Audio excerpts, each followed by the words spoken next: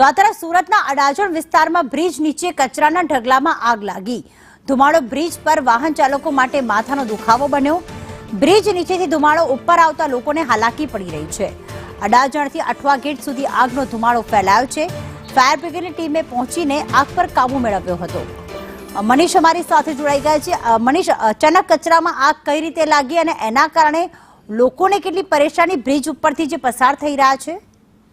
जी बिल्कुल, बात करिए तो सूरतना पोस्ट विस्तार अराजन और अठवा गेट विस्तारनी आ घटना है। ज्યાં આગળ બ્રિજ નીચે કોઈ કેમિકલ વેસ્ટમાં આગ લગાવી દીધી હતી। આગના કારણે જે કહેવાય કે ધુમાડાના ગોટે ગોટા છે તે 2 થી 3 કિલોમીટર સુધી દેખાયા હતા। લોકોમાં કુતૂહલ સર્જાયું હતું, કારણ કે અત્યારે થોડા દિવસ પહેલા જે કહેવાય કે શિવશક્તિ માર્કેટમાં આગ લાગી હતી તેના ધુમાડા પણ દેખાયા હતા। તેને આગના ધુમાડા જોઈને લોકો ચોંકી ગયા હતા। ત્યારે ફાયર વિભાગને તાત્કાલિક અસરથી જાણકારી આપવામાં આવી હતી અને ફાયર વિભાગ દ્વારા જે બ્રિજની નીચે આવીને આ જે આગની ઉપર પાણીનો મારો મારીને જે આગ કાબુ પર લેવામાં આવી છે। પરંતુ મહત્વની વાત એ છે કે સુરતના પોસ્ટ વિસ્તાર ગણાતા અઠવા ગેટના જે બ્રિજ નીચે જે તાપી નદી આવેલી છે, તાપી નદીના કિનારે આ રીતના કોઈ કેમિકલ વેસ્ટને આગ લગાવી તેમાં જે કહેવાય કે પ્રદૂષણ ફેલાવવાની કોશિશ કરી। હાલ તો તમામ મામલે અત્યારે કોણે આગ લગાવી છે તે તપાસ કરવામાં આવી રહી છે। જી, આભાર તમામ વિગતો માટે મનીષ।